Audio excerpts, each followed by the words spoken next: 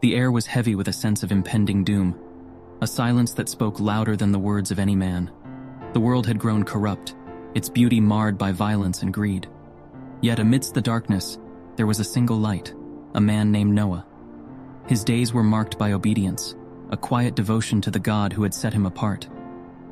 The voice of the Creator had come to him, a command as clear as the rising sun, and with it, a promise of both destruction and redemption.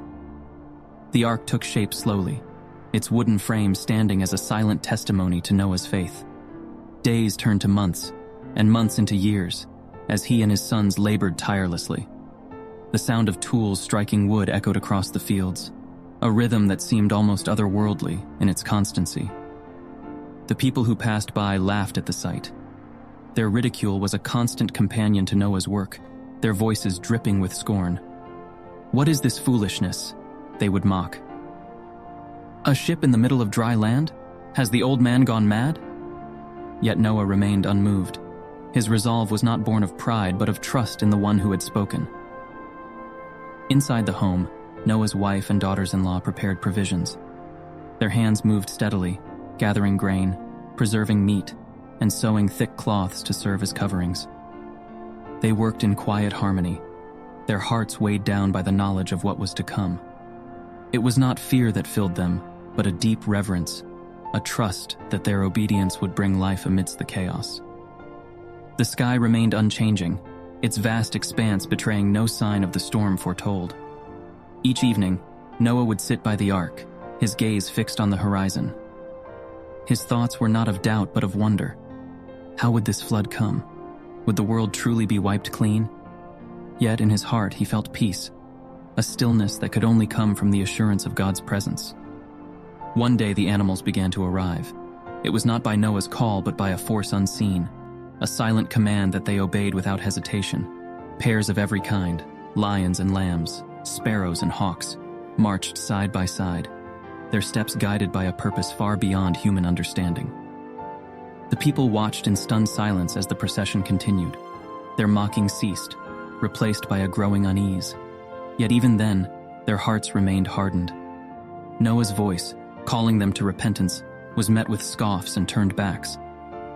As the ark was filled, the sky began to change. Dark clouds gathered on the horizon, their edges glowing with an eerie light. The air grew thick, the first drops of rain falling like whispers of what was to come. The moment came when God commanded Noah and his family to enter the ark. The door was shut, not by human hands, but by the hand of God himself. A deep silence followed, as if the heavens were holding their breath. Inside the ark, the air was filled with the mingling sounds of animals settling into their spaces.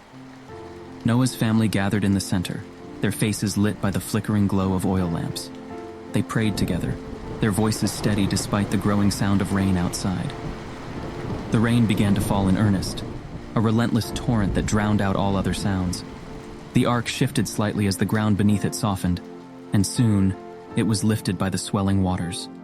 The world outside was engulfed, the familiar sights and sounds replaced by the ceaseless roar of the flood. Noah stood at the center of the ark, his hands gripping the railing as the vessel swayed. His thoughts turned to those who had been left behind. It was not triumph that filled him, but sorrow.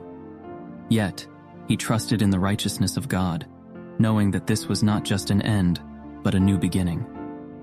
The ark swayed gently on the rising waters, its wooden frame creaking as it adjusted to the relentless rhythm of the flood. Inside, the air was heavy with the mingled scents of animals and damp wood.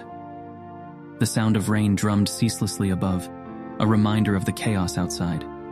Yet within the ark, there was an unshakable sense of purpose, as if the very hand of God rested upon the vessel. Days turned into nights, and nights into weeks.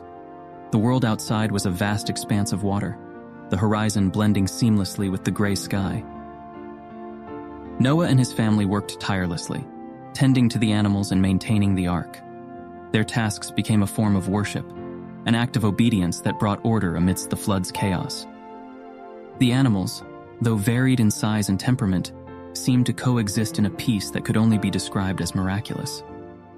Lions rested beside lambs, and the usual predatory instincts of the wild were subdued. It was as if the presence of God filled every corner of the ark, a tangible force that sustained both man and beast. At night, the family gathered in a small corner of the ark, their faces illuminated by the warm glow of oil lamps. They spoke in hushed tones, sharing stories of the life they had left behind.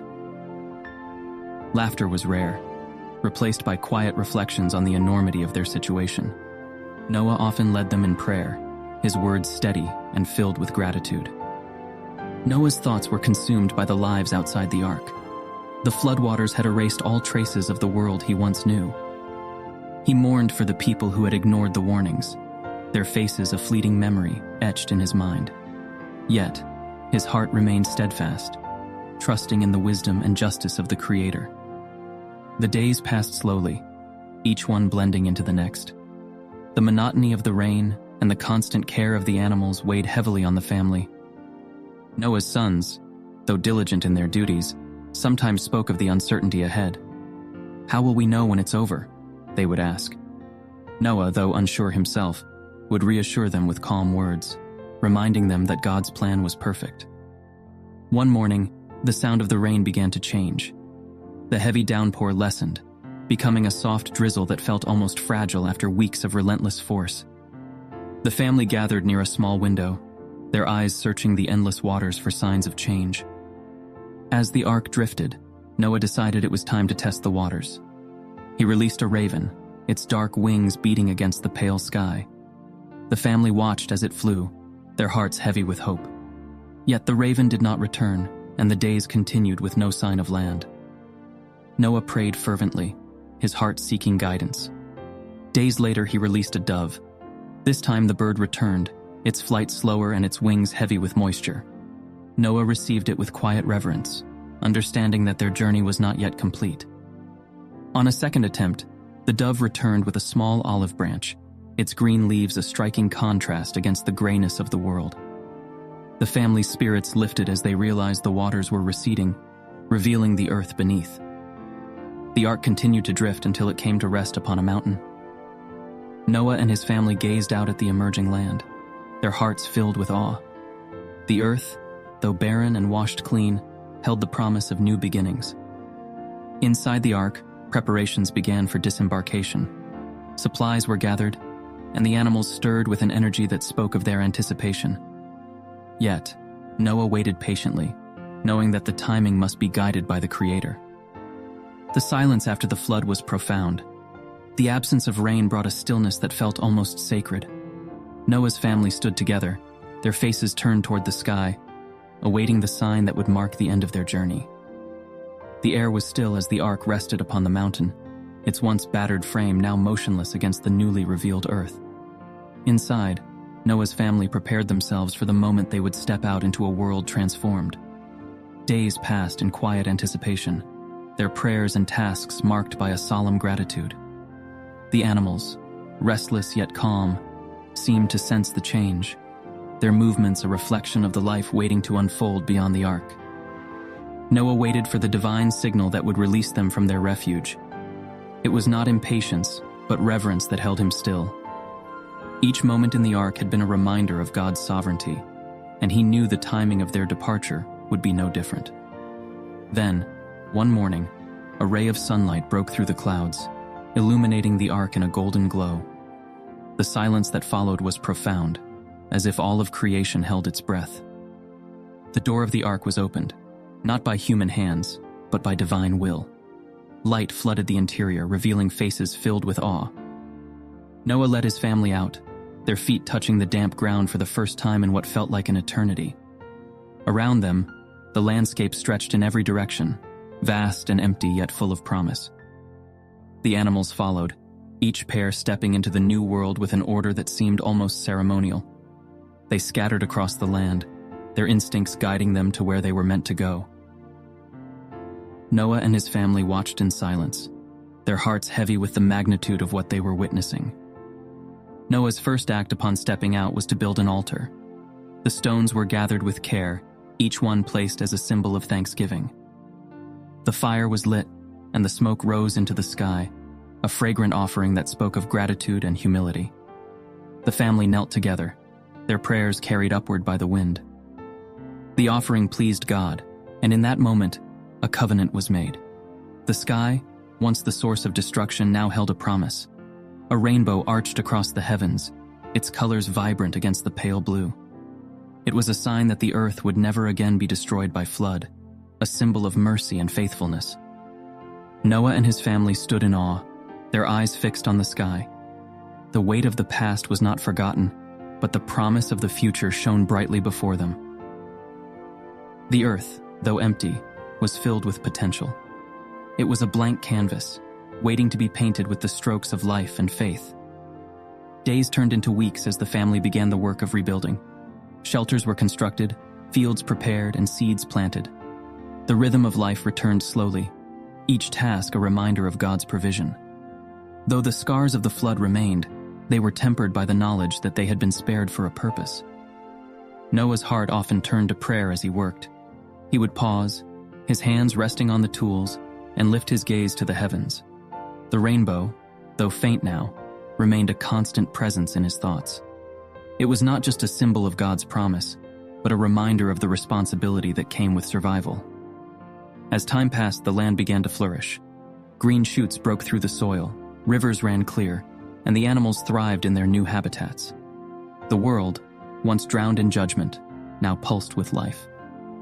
Noah's family grew, their descendants spreading across the land as stewards of the renewed creation. Though challenges arose, they carried the memory of the ark and the covenant as a guiding light. Each generation told the story of how God had saved the faithful from the flood, passing down the lessons of obedience, trust, and the unbreakable bond between the Creator and his people. The ark, now weathered and worn, remained on the mountain as a silent monument. Its wooden frame bore the marks of the flood, but it stood as a testament to the enduring power of faith. Noah often found himself drawn to it, his fingers tracing the grooves in the wood.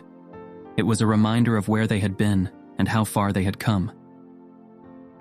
As Noah gazed at the horizon, his heart swelled with gratitude. The flood had been a chapter of judgment, but it had also been a chapter of mercy.